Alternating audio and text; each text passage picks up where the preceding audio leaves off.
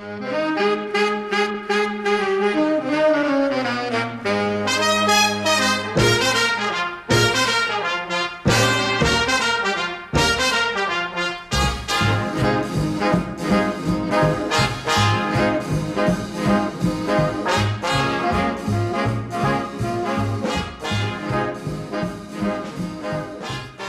to a really terrific Nostalgia Alley.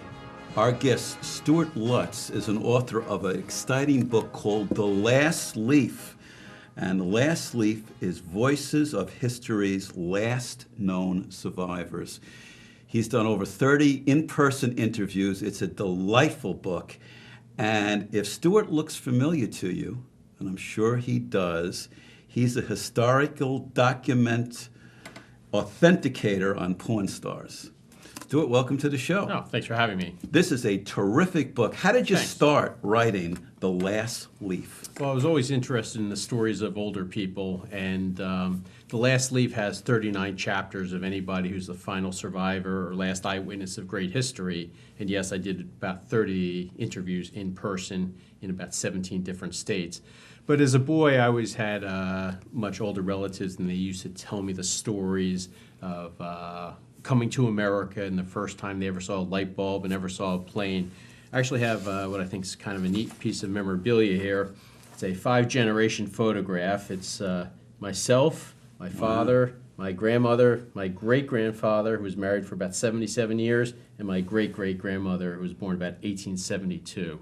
So I've always known somebody who was born during Ulysses Grant's administration, which is kind of neat to me. That's remarkable. Yeah. And how did you get the idea to write a book? Was it a result of your family history? Yeah, I was, even as a boy, I loved reading history books.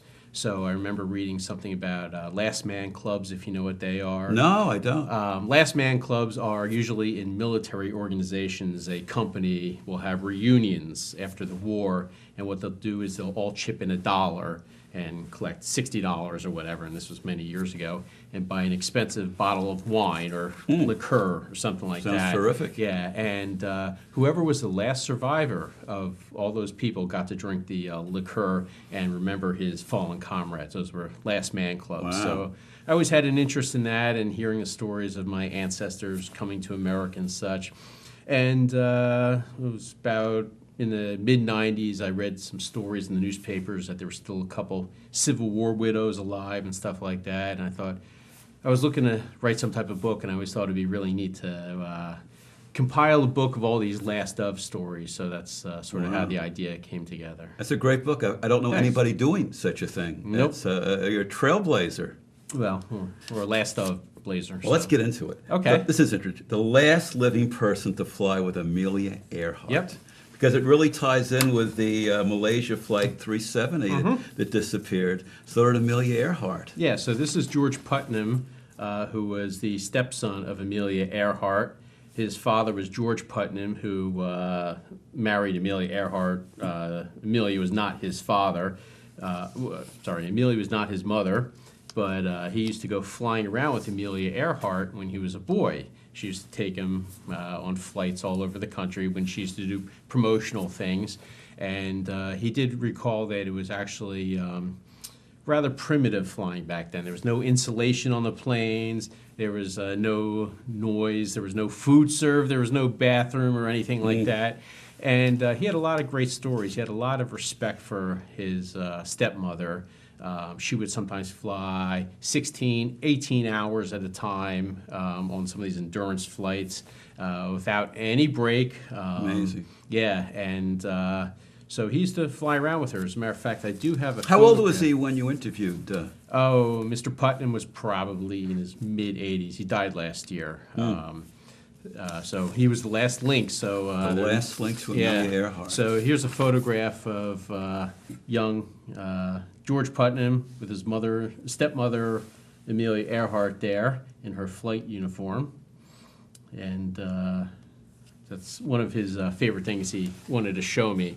And we did discuss the ongoing popularity of Amelia Earhart, and he loves it. He gets interviewed by people all over the world about it. People call him and that type of thing. And he gets a lot of calls about the disappearance. And Any theories on the disappearance of Amelia Earhart? 5 words. She ran out of gas. Ran out of gas. Yes. So much for those long flights, right? Yes.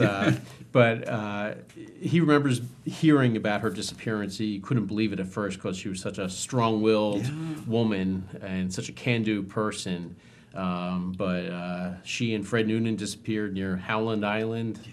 They've never been found. Never been found. Yeah. She took off from her last time she was seen was in New Guinea in 1937, and he was in World War II in the South Pacific and remembered going by New Guinea and thinking of Amelia Earhart as he steamed by. So. Boy, it's amazing. Yeah.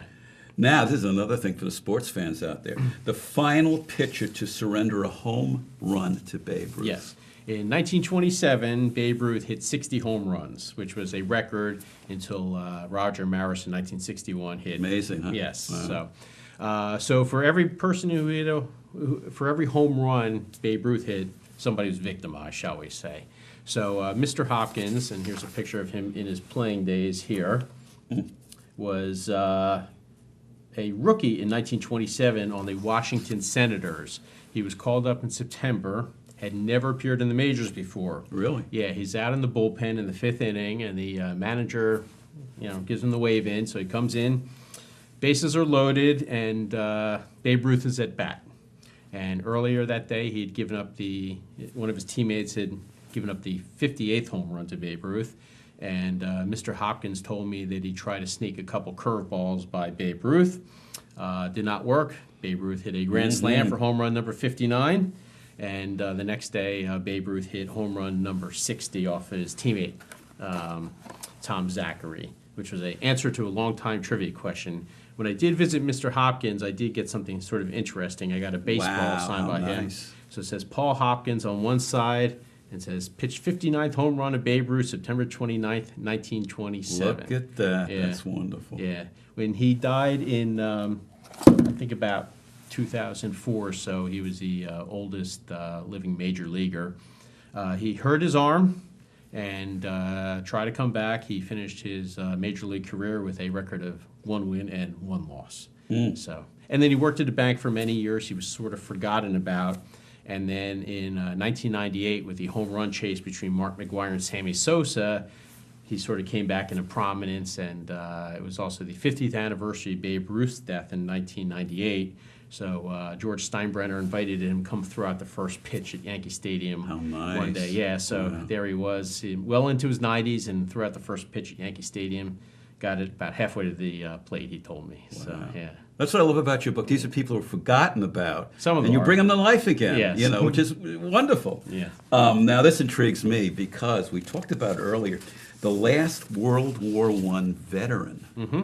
Tell me a little about this guy. He was pretty active up till the end, right? Yes, Frank Buckles, and here's a photograph of him. This is him at age 107. 107. He looks better than I do. I don't know what his secret is. You can see the medal the French gave him there. Look at that. So he was born February 1st, 1901. He was born essentially 111 years after George Washington became president. Wow. Lived 110 years. So he lived through half the existence of the federal government. It's kind of an amazing statistic when you think about it. It is. So here he is as a young doughboy in his uniform. Now, what exactly is a doughboy? That was the name for doughboy. I don't know the origins of it, but that's sort of Not a baker making dough. No, out no. on the front. But he has a interesting story where he sort of evaded the law. So he was born in 1901. We got into the war in 1917. You had to be 18 to enlist. I think for the Marines you had to be 21, and he was not old enough. So he went to several recruiters and said, "Can I join?" And they turned him away for age. And finally, he traveled around the country, found another recruiter who took him, and Mr. Buckles was asked, "Do you have a birth certificate?" He said, "Well, in Missouri, where I was born, they're not required. It's in our family Bible, which is all the way back in Missouri. I don't have it." And they took him. So he did go to France. He was an ambulance driver. He did not serve in the trenches or anything like that. However, when you're an ambulance driver, you're not, it's not broken legs and pregnant women. It is men who were dead or dying and such, or going to the hospital. So he saw the absolute, horrors of the war. He also had an unusual thing in that when he came back, there was no GI Bill or anything like that. They sort of were left to their own devices. In the 1930s, he started working in the Philippines, and the Japanese invaded. And for 3.5 years, he was a prisoner of war of the Japanese, even though he was not in the military. Yep, wow. He was a civilian. The Japanese really just didn't care. They put all Americans they could into a POW camp in Japan. All those harsh conditions, he lives to be over 100. It's amazing, right? Yes, he gave up driving the tractor at age 102, as he told me. I went to go visit him on his West Virginia farm. He was 107 at that point. He had a little bucket of weights. He lifted weights every day. He had no walker or anything like that. So he sort of lived a pretty remarkable life. There were over 5 million people who were doughboys, and he was the last of them. As a matter of fact, I went to his funeral. He died in February 2011. He lobbied to be buried in Arlington, which he was not normally allowed to be buried there. He was not killed in action. He did not win the Medal of Honor or anything like that. Ross Perot heard about him wanting to be buried at Arlington. He made a phone call to President Bush. President Bush signed an executive order allowing Frank Buckles, who was the last doughboy, to be buried there. So I did drive down one day to his funeral. Both President Obama and Vice President Biden were there that day to pay their respects. Wow. I stood out in the rain for about 3 hours, and I was pretty close to the caisson. It was an amazing experience to go to Arlington and see a funeral there. Was he aware of his importance historically? Yeah. His big thing was he testified before Congress when he was 109. He set the record for the all-time. 109. Yeah. He set the record for the all-time oldest person ever to testify before Congress. To date, we have no national World War I monument in Washington, D.C. We have a World War II monument, we have a Korean monument, a Vietnam monument, and there's no one. World War I. Nope. So he testified before Congress asking them to pass legislation to have a national World War I monument, which to date has still not been done. Well, that's Congress today, And sort of time appropriate since this is the centennial of World War I. 1914 was the start of the war, but we still have no monument. Well, let's hope for that. We're going to take a break right now. So we have a couple of public service announcements, so don't touch that dial. We'll be right back.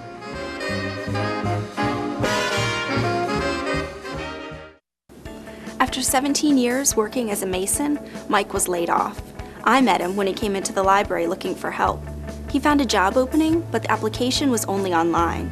Mike said he'd spent his entire life around tools, but had never used a computer. I showed him how, and he ended up applying for numerous jobs online. I saw Mike the other day. His new computer skills paid off. He's working again. New Jersey libraries are transforming lives. Tell us your story.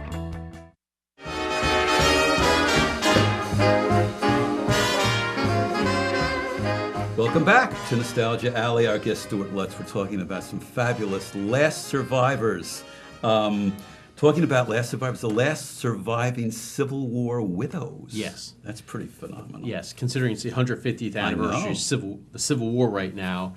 There were some Civil War widows as recently as 2008. Really? Yeah, there were 3 left. I visited all 3 of them. They were all Southern, even though one was a Union widow. So the last 2, if I can show you some photos, was Mrs. Janeway. She was the last Union widow. Her husband fought in the Federal Army, and she died in about 2003. She received a $70 check every single month in her mailbox from the federal government for her husband's service. He was born in the 1840s, had married, had a wife. She died. They were out in California.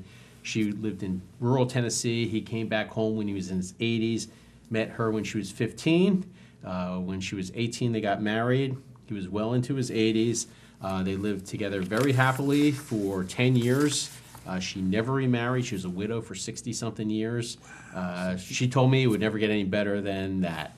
And actually have a great photograph of the 2 of them. This was taken in 1927. You can see that's a happy marriage. Yes, they went to Knoxville, Tennessee to have their photograph taken. He has a cane there, so she's about 18 there. He's well into his 80s. Her feet don't touch the floor there, if you notice. And she had this hanging over her bed in her little cabin in Tennessee. So, and when she died, that was the last of the Civil War widows for the federal side.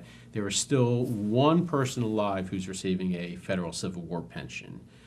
She's in her 80s. She's developmentally disabled, but her father was a Union Army officer. Had her when he was well into his 80s, and she's in her 80s now. And since she's never been able to care for herself, the federal government still pays her pension, probably about $1,000 a year. Wow. So, however, we also do have the last Confederate widow. So this is Maudie Hopkins. So she was in little town Lexa, Arkansas. You can see she's wearing her little United Daughters of the Confederacy pin. She died in 2008, and she was the last known Confederate widow. She did not get a federal pension because her husband did not fight in the federal army, obviously. So the Confederate widows generally did not get much of a pension at all. So, but this is a photograph of them, presumably on their wedding day. Wow. So he's also that happy couple. There they are. He's also well into his 80s here. She was 18. They were married for about 3 years. She was married 3 more times. She outlived all 4 of her husbands. So over the years, and she died well into her 90s in 2008. So, what is it like to sit across from living history? It's it must awesome. be an incredible feeling. Yeah, it really is.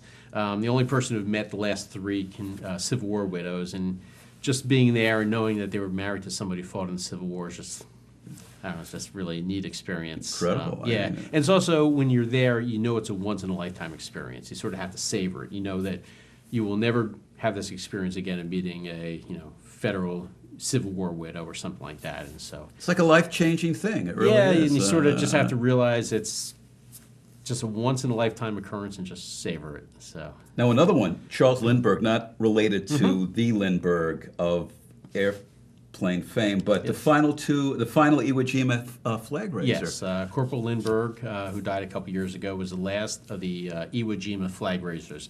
We're all familiar with that famous flag raising on Iwo Jima, the famous Joe Rosenthal photograph of them.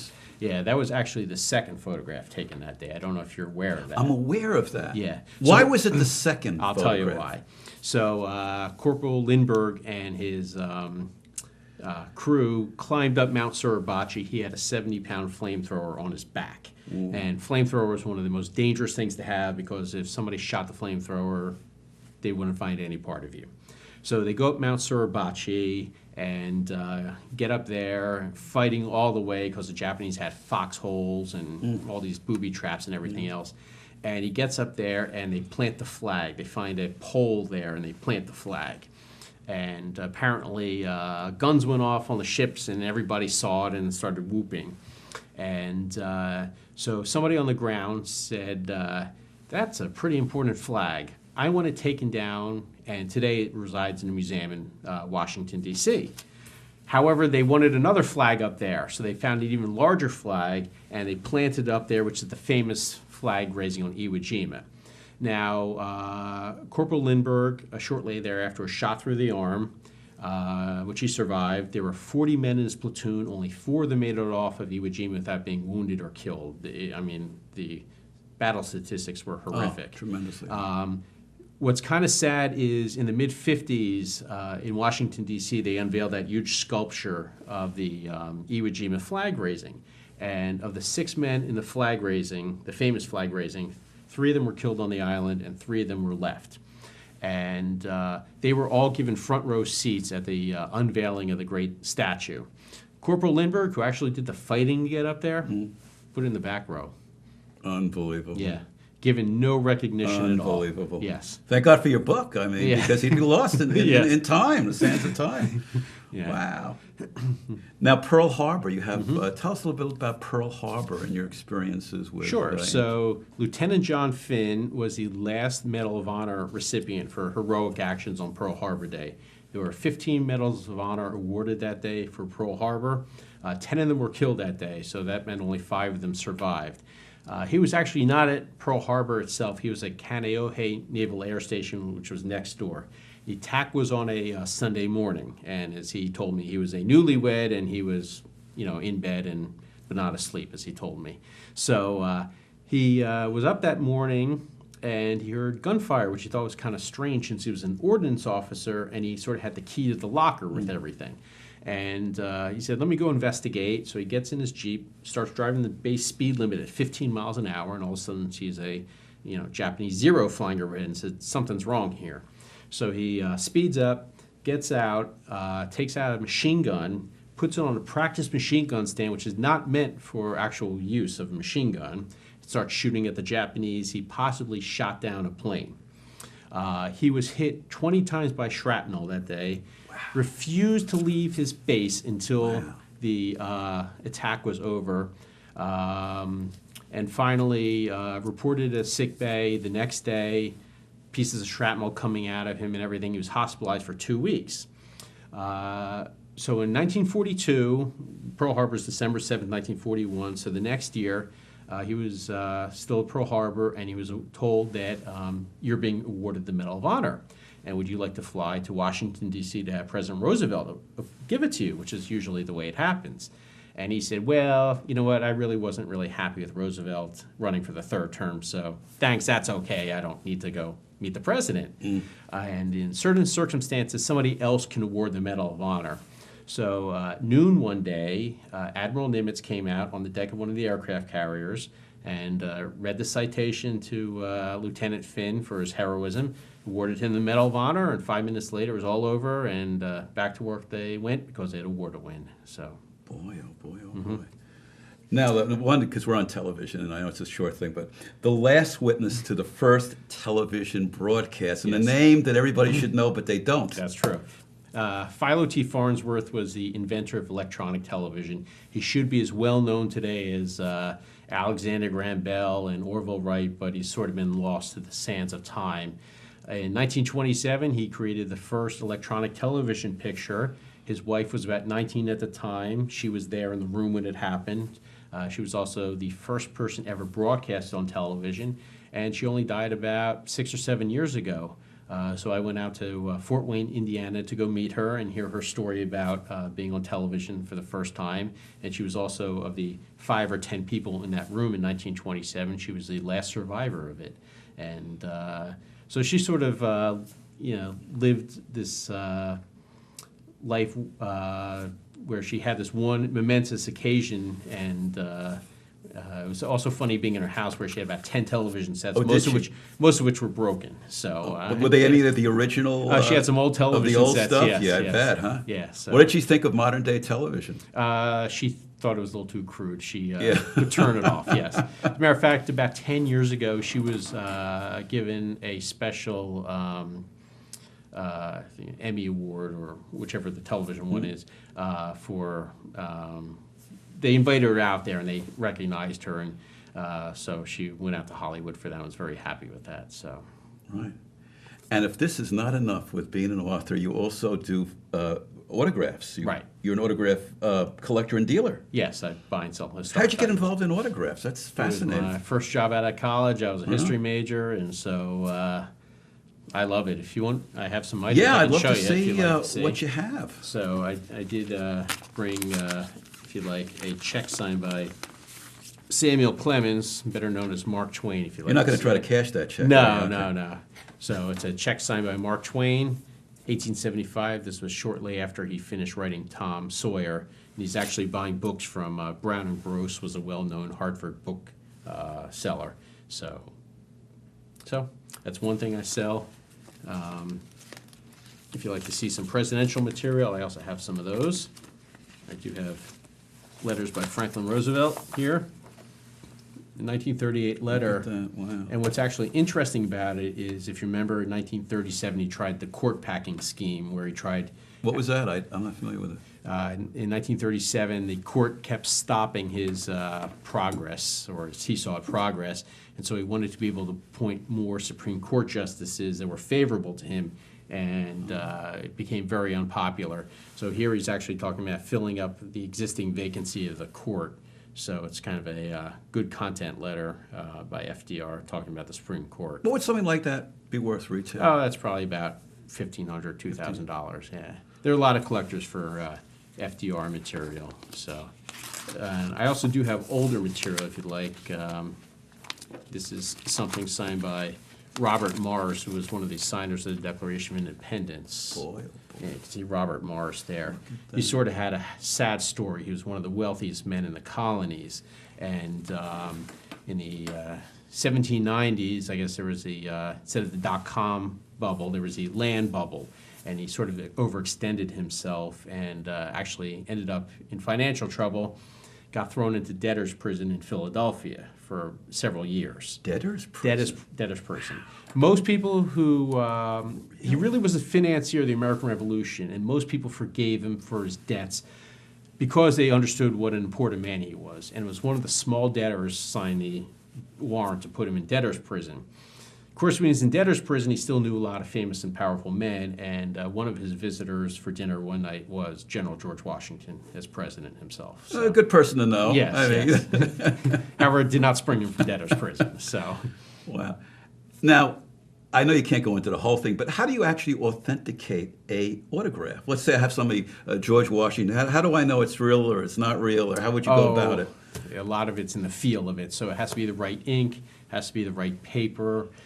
So if somebody came to me with a George Washington in felt marker, that probably would not be authentic. It also has to be the right type of handwriting. So Washington had some very distinct handwriting characteristics that really no forger can copy properly. So that's sort of how I do it. What would my autograph be worth? What do you think? Millions. Bless you. Listen, it's great to have you on the show. The book is Stuart Lutz, The Last Leaf. Now, how can they get a copy? If they go to my website, www.thelastleaf.com, they can order there, and I'm happy to inscribe any book. You have how many interviews in the book? 39. Basically? 39. Yep. And you actually physically did 30. Yes. That's in person. amazing. Yes. Wow, The Last Leaf, I recommend it. My 4-star rating.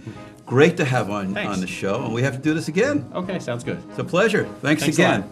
And this is Mike Sobel saying thanks for tuning in, and good night to you, and especially to you.